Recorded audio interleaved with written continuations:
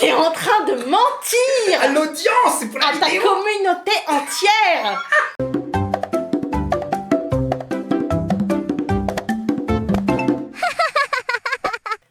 Zach Namael, bonjour. Bonjour, bonjour Chibi. Mais quelle intéressante deuxième vidéo. Ça y est, je commence à palpiter. Merci Chibi, merci, ça me fait plaisir de te voir palpiter. Mais j'ai une question quand même à laquelle tu ne réponds pas. Lesquels? T'as réussi à rentrer dans tes chaussures après? Alors, pour être tout à fait honnête, techniquement je chausse du 43 mais j'achète pas du 44. Ouais, bah, vu tes chevilles, ça m'étonne pas. Mais pour en revenir à cette campagne, elle m'intrigue. Donc t'as écrit une campagne quand t'avais 12 ans? Non. T'es en train de mentir À l'audience, c'est pour la à ta vidéo. communauté entière. J'ai honte de participer à cette mascarade. À 12 ans j'écrivais des rédactions, ça suffit non? Mais alors du coup, l'histoire, Ouais. est-ce qu'elle est vraie quand même derrière ça? Est-ce que t'as vraiment... Déjà, est-ce que t'as vraiment un pote Stewart? Alors, j'ai un pote Stewart mais il s'appelle pas Stewart. Et pourquoi je l'ai jamais rencontré s'il est si beau que ça? Parce que, justement, parce que... Et donc sa femme n'aimait pas du tout le jeu de rôle. Non, Et était désespérée. c'est comme ça arrive. Il faut du talent pour faire aimer les choses.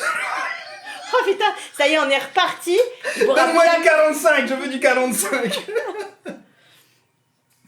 Et du coup, qu'est-ce que tu t'es dit à l'époque pour t'améliorer, pour devenir vraiment le maître du jeu qui allait donner envie à cette joueuse, sans nous dévoiler la suite de tes vidéos, mais qu'est-ce qui se passe dans la tête d'un maître du jeu quand on a cette responsabilité? Ah, c'est chaud, c'est vraiment chaud. Parce que moi, au début, hein, quand on m'a vraiment fait la demande, ils n'y voyaient pas. Hein.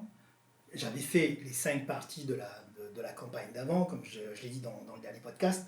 Mais c'est parce qu'on a fait 5 parties d'une mini campagne que je me voyais faire ça. Donc là, il a vraiment fallu, j'ai envie de dire, que je me sorte les doigts. Mais j'ai dû analyser totalement ce que j'avais pas fait, et j'avais pas fait beaucoup, ce que je pouvais faire.